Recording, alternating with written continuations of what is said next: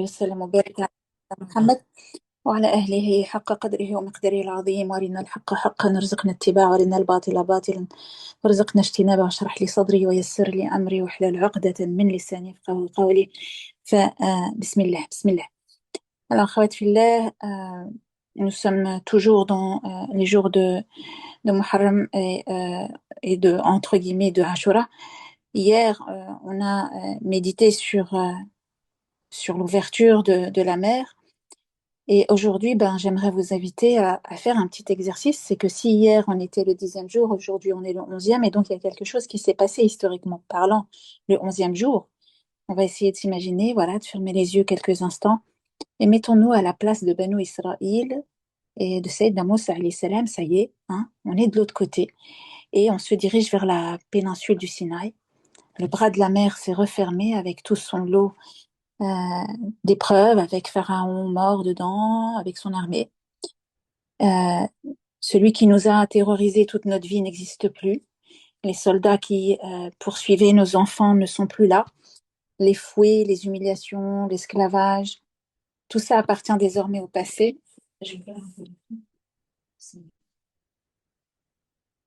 Tout ça appartient désormais au passé. Imaginez ce que l'on ressent. Du soulagement, la baude, des larmes, de la gratitude, mais aussi de l'inquiétude, parce qu'on va vers une période d'exode et on ne sait pas si on va, qu'est-ce qu'on va trouver de l'autre côté. Il y a peut-être même un immense silence intérieur. Pour la première fois depuis des années, on est libre. Et une question se pose, que va-t-il se passer maintenant? Parce que sortir d'Égypte, c'était pas la fin de l'histoire. C'était en réalité le début d'une autre épreuve, d'une autre école. Quelle épreuve et quelle école? L'épreuve de la liberté. Voilà, maintenant vous êtes libre. Qu'allez-vous faire de cette liberté? L'épreuve de la reconnaissance, l'épreuve de la confiance, l'épreuve de la reconstruction. Parce que Allah Azza wa Jalla, wallahu alam wa ala, ne voulait pas seulement sortir Banu Israël de Pharaon. Il voulait aussi sortir Pharaon de leur cœur. Parce que beaucoup d'entre eux s'étaient presque fait à l'idée. Et parfois, mes sœurs, c'est la même chose pour nous. On demande à Allah de nous sortir d'une épreuve, quelle qu'elle soit, aussi grave et aussi dure qu'elle soit. Puis Allah nous ouvre la mer, et lorsqu'on arrive enfin de l'autre côté, on croit que c'est fini, mais en réalité, c'est une nouvelle éducation qui commence. Parce qu'Allah ne veut pas seulement changer notre situation, il veut que l'on prenne la mesure de ce que cette situation nous a apporté, nous a apprises, et de quelle mesure elle a transformé notre cœur. Et c'est précisément ce que l'on découvre dans la suite de l'histoire de Moussa alayhi salam. La traversée de la mer, ce n'était pas l'aboutissement, ce n'était que le commencement. D'accord? Et arrêtons-nous juste un instant sur la mort de Pharaon. Parce que ce n'est pas encore seulement, vous voyez, à chaque fois je vous dis, c'est pas seulement l'ouverture de la mer, c'est pas seulement la mort d'un homme, parce que bien sûr, c'est pas seulement le récit de tout ça, c'est tout ce qu'on tire de l'enseignement, de tout ce qui va se passer dans tout ça. Donc, c'est pas seulement la mort d'un homme, c'est la chute d'une illusion. Imaginez cet homme, Pharaon, et Dieu sait qu'il n'y en a pas eu qu'un et qu'il en reste encore. Il possède le plus grand royaume de son époque, une armée, des palais, des richesses, des serviteurs.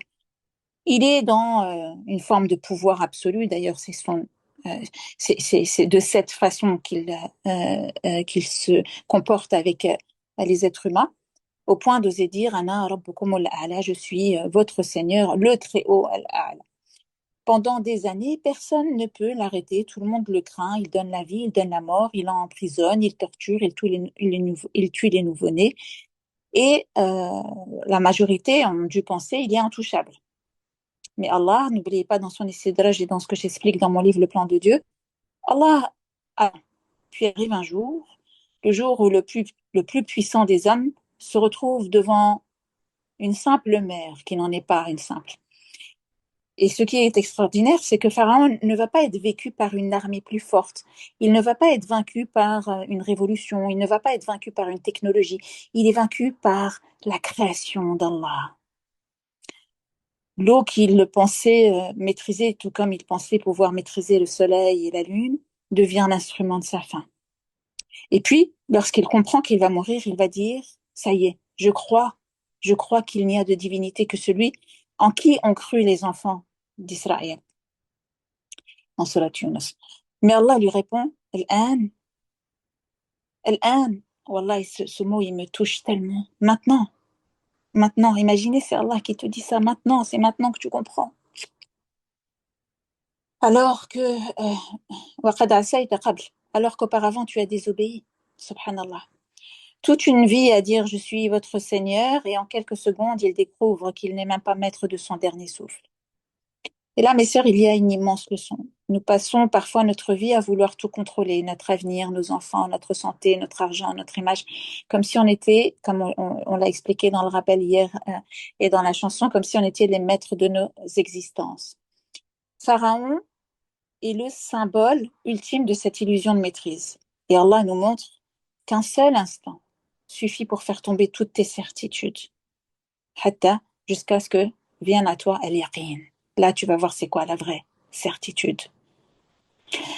Et on sait qu'Allah il nous le dit dans le Coran, et j'en parle aussi dans mon livre Le plan de Dieu. Allah, il dit, aujourd'hui, on va préserver ton corps afin que tu sois un signe pour ceux qui viendront après toi. Pourquoi préserver son corps? Wallahu a'lam wa a'la, bien sûr. Parce qu'Allah ne voulait pas seulement raconter son histoire. Il voulait que chaque génération puisse méditer sur une vérité. Quelle vérité? Tout pouvoir qui se construit sur l'injustice a une fin. Toute arrogance a une fin. Tout tyran a une fin. Et nous aussi, même si nous ne sommes pas des pharaons, alhamdulillah, nous avons parfois un petit pharaon à combattre. Chaque fois que notre ego dit je contrôle, c'est grâce à moi, je n'ai besoin de personne, je décide seul. Ça, c'est un petit pharaon à l'intérieur qu'il faut combattre. Le Coran nous rappelle la fin de Pharaon. Le plus grand ennemi de Pharaon, c'était pas Moussa. Le plus grand ennemi de Pharaon, c'est son propre orgueil. Wallah musta'an. Et on demande à Allah de nous protéger de l'arrogance avant qu'elle ne nous détruise et de faire mourir en nous le pharaon, notre ego, avant que nous ne rencontrions notre Seigneur et qu'il ne nous dise pas Al-An. Il y a une question donc que j'ai posée dans le plan de Dieu, une réflexion. C'est pas une certitude, bien sûr, c'est une question. J'invite les gens à se la poser. Donc Allah, il dit, aujourd'hui, on va préserver ton corps afin que tu sois un signe pour ceux qui viendront après toi. Mais, donc Allah promet que son corps va devenir un signe. Les siècles vont passer, des siècles, des millénaires, mais ce corps, il va être découvert qu'à la fin du 19e siècle. Alors je me suis posé une question, pourquoi autant de temps? Pourquoi l'Inde, justement? Pourquoi maintenant? Pourquoi cette génération plutôt qu'une autre, la nôtre? J'ai pas la réponse pour de vrai, mais j'aime méditer. Je me suis demandé si nous ne vivions pas justement à une époque où le pharaonisme reprend toutes différentes formes. Le pharaonisme, ce n'est pas seulement un homme qui dit Ana rabbukum al-a'la, mais qui se comporte comme tel. C'est une manière de gouverner, c'est une manière de vouloir dominer le monde, c'est une manière d'asservir les pauvres, c'est une manière d'utiliser la force pour réprimander les réclamations et les manifestations par la peur, la menace, par le porte-monnaie, par des systèmes qui rendent l'être humain dépendant. Donc, le Coran ne nous montre pas seulement un personnage historique, il nous montre une maladie du pouvoir, une maladie du cœur. Et chaque époque peut voir renaître des formes de pharaonisme. Et donc, le corps de Pharaon est encore là, wallahu a'lam wa a'la, pour nous rappeler une chose, tous les pharaons finissent par tomber, tous, quelle que soit leur puissance, quelle que soit leur arrogance, quelle que soit leur domination. Leur fin est la même. Et seul Allah demeure. Et ça aussi, c'est ويبقى وجه ربك ذو الجلال والإكرام. Et il ne restera que la face de ton Seigneur, subhanak ya azim.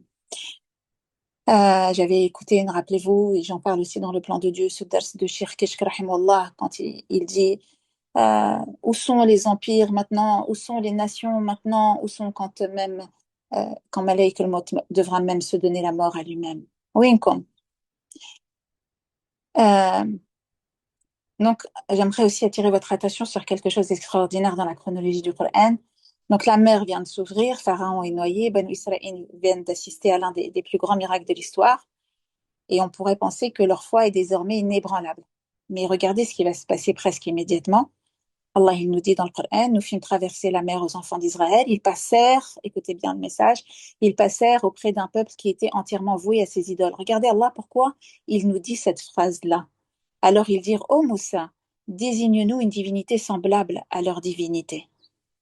Subhanallah, ils viennent de voir la mer s'ouvrir, ils viennent de voir le plus grand tyran de leur époque englouti, et pourtant en voyant un autre peuple adorer des idoles, quelque chose s'éveille dans leur cœur et ils disent, fais-nous un Dieu comme eux. Pourquoi? Parce que l'être humain est profondément influençable. Nous regardons les autres faire et nous voulons ce qu'ils font. Et nous voulons ce qu'ils ont. Nous finissons parfois par croire que si beaucoup de gens font quelque chose, alors ça doit être la bonne voie et la chose à faire. Moussa, il va leur dire, mais vous êtes complètement ignorants. Vous êtes vraiment un peuple d'ignorants. Voilà, des fois, je me dis, mais Moussa, mais dans quelle galère il a été, subhanallah, dans le peuple qu'il a eu à tenter de guider, mais avec toutes ces questions, toutes ces manigances, euh, cet orgueil, toute cette sorcellerie, cette magie qu'ils vont utiliser. C'est important de se rappeler que les prophètes n'ont pas choisi d'être prophètes. Rappelez-vous comment je vous ai décrit hier comment le prophète Moussa, ça lui est tombé dessus, ça leur est imposé. Hein. C'est pas un jour, ils se sont dit un jour je veux être prophète. Donc imaginez-vous qu'en réalité, ce sont des bachars élus, préparés, ok, mais ça reste des humains. Le temps va passer, Allah va appeler Moussa alayhi salam à monter sur le mont pour recevoir la révélation. 30 nuits plus 10 jours. J'ai parlé hier de la hikmah de 10 jours. Et pendant d'ailleurs, le rappel est disponible hein, sur ma chaîne YouTube. Euh, donc pendant son absence, Allah nous dit que voilà, Allah a éprouvé ton peuple après ton départ et le Saméri les a égarés. Regardez bien, Surat Taha. Le Saméri ne crée pas une idée nouvelle. Le terrain existait déjà. Quelques jours auparavant, il demandait déjà une divinité en voyant un autre peuple. Le Saméri, il a juste exploité cette faille. Il exploite un cœur qui n'était pas encore complètement libéré. Parce que sortir d'Égypte est une chose, mais sortir l'Égypte et son égarement du cœur, c'en est une autre. Pendant des générations, ils avaient vécu dans une civilisation où l'idolâtrie était omniprésente. Et les habitudes, ça ne disparaît pas en une journée. Le Saméri fabrique alors un veau et une partie du peuple le suit, mais pas tous. Et bien sûr, moi, mon but, c'est toujours de rendre contemporain les enseignements. Je me suis demandé, mais quel est le veau d'or de notre époque? Ben, le veau d'or, il y en a plein. Le veau d'or de l'argent, le veau du pouvoir, des célébrités, de l'image, des réseaux sociaux. Symboliquement, je vous parle de la réussite à tout prix. Chaque époque fabrique ses propres idoles, des grandes, des petites, des moyennes. Et le Séméri, chaque époque, nous murmure la même chose. Des descendants du Séméri, d'ailleurs. C'est cela qui te donnera de la valeur, c'est cela qui te donnera de la sécurité, c'est cela qui te rendra heureux. Alors que le croyant doit répondre non, ma sécurité est auprès d'Allah, ma valeur est auprès d'Allah, mon refuge est auprès d'Allah. Donc je trouve qu'il y a une leçon encore extraordinaire. Avant même le veau d'or, Banu Israël avait déjà été influencé simplement en regardant un autre peuple. Ça doit nous enseigner une chose, toutes les influences ne sont pas neutres. Tout ce que nous regardons, c'est pas neutre. Tout ce qu'on admire, c'est pas neutre. Tout ce qu'on suit, c'est pas neutre. Ça finit toujours d'une manière ou d'une autre par façonner notre cœur. Voilà pourquoi on doit constamment se demander qu'est-ce que je contemple chaque jour? Qui est en train de former mon cœur? Parce que les veaux d'or changent de forme au fil des siècles. Quoique maintenant, ils se cachent même plus de se représenter en forme de veau, de taureau. Mais le combat du tawhid, lui, reste exactement le même. Et enfin, qu'est-ce qui m'a poussé aujourd'hui à vouloir vous faire un rappel? C'est un verset qui, des fois, m'habite au point où je le répète comme ça. أَتَسْتَبْدِلُونَ الَّذِي هُوَ أَدْنَى بِالَّذِي هُوَ خَيْرٌ. C'est vraiment aussi un verset qui me touche. Voulez-vous échanger euh, ce qui est moindre, et encore c'est mal traduit, contre ce qui est meilleur? Quand on lit ce verset, on pense immédiatement aux circonstances de sa révélation, à la nourriture, à savoir la manne, l'écaille, les lentilles, les oignons. Mais je crois que ce verset parle d'abord du cœur. Pourquoi? Pourquoi Allah leur donnait-il la manne chaque matin? La manne, la caille, d'accord, le ham, chaque matin. Parce qu'il voulait les éduquer. Parce que tous les matins, quand ils sortaient et ils allaient voir est-ce que ils avaient reçu le rizq d'Allah. Chaque lever du soleil, c'était une école du tawakkul. Ils ouvraient les yeux et leur subsistance descendait du ciel. Ils vivaient chaque jour avec certitude, c'est Allah qui me nourrit. Mais ils se sont lassés, ces messieurs dames, parce que c'est notre nature. Nous nous habituons trop vite, même aux plus grands bienfaits. Les psychologues parlent d'adaptation hédonique. Et le Coran lui nous montre depuis des siècles que le cœur humain finit par considérer comme ordinaire ce qui est extraordinaire. On réclame alors autre chose. Autre chose nous attire. On pense que le bonheur est ailleurs, que le bonheur est dans encore. Et il y a une sœur qui m'a raconté son histoire dernièrement en séance. Elle attendait la régularisation de sa situation et de ses papiers. Et elle ne savait pas si elle allait pouvoir encore rester ici en France avec ses enfants, avec ce que cela représentait comme crainte et difficulté. Et elle m'a confié, elle m'a dit, Myriam, je faisais tawakkul tout le temps. Chaque salat était une rencontre avec Allah, je l'invoquais sans cesse. Puis Allah va lui répondre. Les papiers vont arriver, le logement va arriver, la stabilité va arriver. Et quelques mois plus tard, elle me dit, je me rends compte que j'ai perdu quelque chose dans mon iman. Je lui demande quoi? Et elle me répond cette proximité avec Allah quand j'étais dans l'épreuve. Subhanallah. Et je me suis demandé combien d'entre nous demandons à Allah de changer notre situation sans jamais lui demander de préserver notre état d'intérieur, notre état intérieur. On dit, Yallah, donne-moi ça, Yallah, donne-moi un époux, Yallah, puis le mariage nous absorbe, Yallah, donne-moi des enfants, puis les responsabilités occupent toutes nos pensées, Yallah, donne-moi un travail, puis le travail remplit nos journées, Yallah, donne-moi une maison, puis la maison devient notre préoccupation permanente. Les bienfaits arrivent, mais parfois le cœur s'éloigne. Et c'est là que j'ai pensé à Surat Al-Kahf. Pourquoi on la lit, Allahu A'lam, chaque vendredi, entre autres? Parce qu'elle nous prépare aux épreuves. Mais avons-nous remarqué une chose? La Sourate Al-Kahf nous enseigne que les épreuves ne sont pas seulement les difficultés, les bienfaits sont aussi des épreuves. Regardez l'homme aux deux jardins. Allah lui donne ce que beaucoup rêveraient d'avoir, deux jardins, des récoltes, des rivières, l'abondance. Au début, ce n'est qu'un bienfait, puis progressivement, le bienfait transforme son regard. Il dit, je ne pense pas que ceci disparaîtra un jour. Puis il doute du jour du jugement dernier. Puis il oublie de dire, Masha'Allah, wa la hawla wa la quwwata illa billah. Ce n'est pas le jardin qu'il a perdu, c'est ce que le jardin a produit dans son cœur. Puis regardez Dhul Qarnayn. Allah lui donne un royaume immense, une autorité exceptionnelle. Et pourtant, lorsqu'il accomplit une œuvre gigantesque, il ne dit pas regardez ce que j'ai construit. Il dit Hada rahmatan min Rabbi. Ceci est une miséricorde de mon Seigneur. Même bien fait, deux cœurs différents. Le premier se voit lui-même, le second voit son Seigneur. Et nous. Lorsqu'Allah répond enfin à nos invocations, qu'est-ce qu'on regarde? Le cadeau ou celui qu'il a offert? Mes sœurs. Le veau d'or n'est pas seulement une statue. Le veau d'or est tout ce qui prend dans notre cœur une place qui appartient à Allah seul. Pour certains, ce sera l'argent, pour d'autres, les enfants, la réussite, pour d'autres, une relation. Pour cet homme de la Surat Al-Kahf, ce qui a occupé cette place, c'était son jardin. Le jardin n'était pas le problème en lui-même. Le problème était que son cœur s'y était attaché au point d'oublier celui qui le lui a donné. Je crois que le véritable miracle de la manne et de la caille n'était pas qu'elle nourrissait les corps, c'est qu'elle entretenait chaque jour la dépendance du cœur envers Allah. Voilà pourquoi Allah dit, voulez-vous échanger ce qui est moindre contre ce qui est meilleur? Le meilleur n'était peut-être pas la nourriture en tant que telle. Le meilleur, c'était que quand vous étiez dans cet état, votre cœur était en train de construire quelque chose qui était important. Je me rappelle que tout vient d'Allah et je me mets dans cette posture du serviteur qui attend la nourriture de son maître. Alors aujourd'hui, on va continuer à demander à Allah de changer nos situations parce qu'on est des humains. On va continuer bien sûr de lui demander la guérison, le mariage si c'est un bien, les enfants, la réussite, la stabilité. Ok, mais désormais, je vous invite et je nous invite et je m'invite à ajouter une invocation. Une invocation qui consiste à dire Ya Allah, lorsque tu répondras à nos invocations.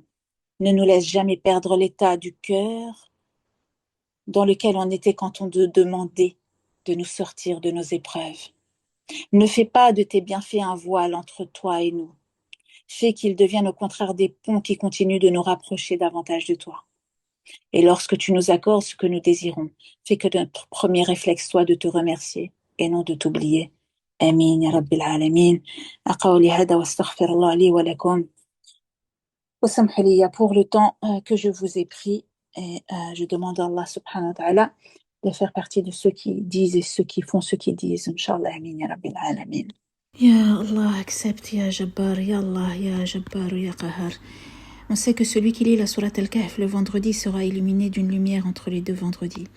Mes sœurs, on a tellement besoin de cette lumière, parce que nous vivons dans une époque où les repères se brouillent, une époque où le faux emprunte les habits du vrai, une époque où les veaux d'or changent simplement de visage, une époque où l'on peut perdre son cœur sans même s'en apercevoir. Nous avons besoin d'une lumière qui éclaire nos choix, une lumière qui éclaire notre foi, une lumière qui éclaire nos familles, une lumière qui nous permette de reconnaître la vérité lorsqu'elle se présente à nous, une lumière qui soit la lumière du Furqan, qui nous aide à voir nos propres angles morts, une lumière qui nous protège des illusions de ce bas monde et de ses fitanes, une lumière qui nous accompagne jusqu'au vendredi prochain, puis jusqu'au jour où nous rencontrerons notre Seigneur. Alors, demandons-la à celui qui est An-Nour, la lumière, Ya Allah.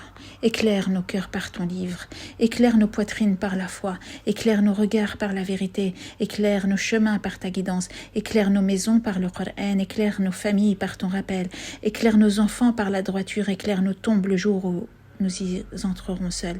Ya Allah, on ne sait même pas savoir où on souhaite être enterré. Choisis pour nous le meilleur des endroits avec le meilleur des voisinages, Inch'Allah.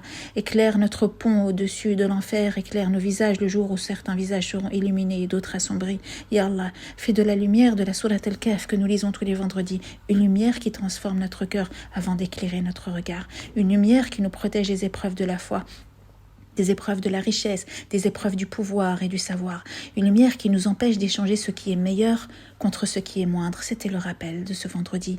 Une lumière qui nous empêche d'échanger ce qui est meilleur contre ce qui est moindre. Une lumière qui nous rapproche de toi chaque vendredi un peu plus, Ya Allah. À toi reviennent toutes les louanges. Tu nous as réunis aujourd'hui autour de ton Coran. Tu nous as permis de vivre ces jours bénis de Ashura tout ensemble. Tu nous as rappelé l'histoire de Moussa, alayhi salam, de Pharaon, de Banu Israël. Et tu nous as montré que ton Coran est toujours vivant dans nos cœurs jusqu'à la fin des temps. Il nous enseignera, il nous apprendra, Ya Allah. Nous te demandons de ne pas faire de nous des gens qui écoutent le Coran sans qu'ils transforment leur cœur. Fais que chaque verset nous éduque, que chaque histoire nous réforme, que chaque rappel nous rapproche davantage de toi, Ya Allah. Comme tu as ouvert la mer devant Moussa, ouvre devant nous toutes les mers qui nous semblent aujourd'hui infranchissables. Les mers de nos peurs, les mers de nos maladies, les mers de nos dettes, les mers de nos conflits, les mers de nos tristesses, les mers de nos injustices, les mers de nos épreuves. Car nous savons qu'aucune mer n'est trop grande pour ta puissance, Ya Allah. Accorde-nous le tawakkul de Moussa lorsqu'il disait Kalla inna ma'iya rabbi sayahdin. Kalla, jamais, au grand jamais, impossible, jamais de la vie. Mon Seigneur est avec moi, il me guidera et donc il vous guidera. Ya Allah, ne fais pas de nous des personnes qui te connaissent uniquement lorsqu'elles sont éprouvées. Fais que nous soyons encore plus proches de toi lorsque tu nous combles de tes bienfaits. Fais que nos réussites nous rendent plus humbles, que notre aisance augmente notre gratitude, que nos ouvertures augmentent notre prosternation, que nos bienfaits deviennent des ponts vers toi et jamais des voiles entre toi et nous. Et fais qu'on soit encore de plus en plus généreuse à chaque fois que tu nous donneras. Ya Allah, ne nous laisse jamais échanger ce qui est meilleur contre ce qui est moindre. Ne nous laisse jamais échanger notre proximité avec toi contre le confort de cette vie. Ne nous laisse jamais échanger le tawakkul contre l'illusion de tout maîtriser. Ne nous laisse jamais échanger la sincérité contre le regard des créatures. Ne nous laisse jamais échanger l'humilité contre l'orgueil. Ne nous laisse jamais échanger le Coran contre les distractions de ce monde. Ne nous laisse jamais échanger la douceur de la prière contre la course derrière cette vie. Ne nous laisse jamais échanger les larmes du repentir contre la dureté de nos cœurs. Ne nous laisse jamais échanger la patience contre l'impatience. Ne nous laisse jamais échanger la gratitude contre les plaintes. Ne nous laisse jamais échanger ton rappel contre nos préoccupations. Ne nous laisse jamais échanger ta compagnie contre la compagnie de ce monde. Ne nous laisse jamais échanger la richesse finesse du cœur contre la richesse des biens. Ne nous laisse jamais échanger la pudeur contre la recherche de l'approbation des hommes. Ne nous laisse jamais échanger la vérité contre ce qui nous arrange. Ne nous laisse jamais échanger la paix que procure ton évocation contre l'agitation de cette vie. Ne nous laisse jamais échanger le paradis contre quelques instants de vie éphémère. Ne nous laisse jamais échanger ton amour contre l'amour d'une créature. Ne nous laisse jamais échanger ta satisfaction contre la satisfaction des hommes. Ne nous laisse jamais échanger notre confiance en toi contre notre confiance en nous-mêmes. Ne nous laisse jamais échanger la lumière de la foi contre des illusions de ce monde, ya Allah. Ya Allah, préserve-nous de tous les veaux d'or de notre époque. Préserve-nous de tout ce qui cherche à prendre dans notre cœur la place qui ne revient qu'à toi. Préserve-nous de l'idolâtrie apparente comme de l'idolâtrie cachée. Ne laisse ni l'argent, ni le pouvoir, ni la réputation, ni les passions, ni les personnes, ni nos dépendances, ni notre ego devenir nos divinités, ya Allah. Comme tu as détruit Pharaon, détruis en nous le Pharaon de notre ego. Brise notre orgueil, brise notre arrogance, brise notre illusion de toute puissance, brise notre illusion de vouloir tout contrôler, brise notre amour excessif de nous-mêmes. Apprends-nous à te craindre lorsque tout va bien comme lorsque tout va mal, ya Allah. Accorde-nous un cœur reconnaissant, une langue qui t'évoque abondamment, des yeux qui pleurent par amour pour toi, des mains qui œuvrent pour ton agrément, des foyers remplis de foi, des enfants qui aiment ton livre, des familles qui s'entraident vers le paradis, Allah. Soulage tous ceux qui souffrent, guéris mes malades, nos malades, fais miséricorde à tous nos défunts, apaise les cœurs éprouvés, viens en aide aux opprimés, où qu'ils soient. Protège nos frères et nos sœurs victimes de la guerre, de l'injustice, de la faim, de la tyrannie, Allah. Fais du Coran le printemps de nos cœurs, la lumière de nos poitrines, la dissipation de nos tristesses, le remède de nos blessures, le guide de nos décisions et notre compagnon jusqu'à notre dernier souffle, ya Allah. Accorde-nous une belle fin, une langue occupée par ton rappel, un cœur rempli du tawhid, une mort sur la foi, une tombe illuminée, un livre remis dans notre main droite, une balance lourde de bonnes œuvres, l'ombre de ton trône le jour où il n'y aura d'autre ombre que la tienne. La compagnie de ton bien-aimé Mohammed sallallahu alayhi wa sallam, le plus haut degré du Firdaus, et par-dessus tout, de bonheur éternel de contempler ton noble visage. Amen. Nous sommes aujourd'hui vendredi, et le prophète sallallahu alayhi wa sallam nous a informé qu'il existe ce jour-là une heure durant laquelle aucune invocation d'un serviteur musulman ne reste sans réponse s'il demande un bien à Allah. Le prophète sallallahu alayhi wa sallam a dit le vendredi, il y a une heure pendant laquelle aucun serviteur musulman debout en prière ne demande à Allah un bien sans qu'il ne le lui accorde. Les savants ont mentionné plusieurs avis sur le moment précis de cette heure bénie. L'un des avis le plus fort, rapporté notamment par Abdullah ibn Salam et qui est retenu par de nombreux savants, est qu'elle se situe dans la dernière heure de l'après-midi, après la prière du Asr jusqu'au coucher du soleil. Alors, mes frères et mes sœurs, si nous sommes dans cette heure bénie, ne laissons pas passer ce rendez-vous avec Allah. Multiplions les invocations. Demandons-lui ce qu'il y a de meilleur pour notre religion, pour notre vie d'ici-bas et pour notre vie future. Demandons-lui de nous pardonner, de guider nos enfants, de guérir nos malades, de soulager les opprimés, de raffermir nos cœurs. Et demandons-lui surtout de nous accorder ce qui est le plus précieux. Son rida, sa satisfaction et son ridwan, son agrément, son amour et la fermeté sur son chemin jusqu'à notre dernier souffle, et qu'Allah accepte nos invocations, celles que nous formulons avec nos langues, celles que nous portons dans nos cœurs et celles qu'on n'arrive même pas à exprimer. Amin ya Rabbil Alamin. Allahumma salli wa sallim wa barik ala Sayyidina Muhammad al-Fatih lima ughliqa wal khatim lima sabaqa nasir al-haqq bil haqq wal hadi ila siratika al-mustaqim wa ala alihi haqq qadri wa miqdari al-azim. Allahumma salli ala Sayyidina Muhammad وعلى أهله وصحبه أجمعين والحمد لله رب العالمين. آمين آمين آمين يا رب العالمين.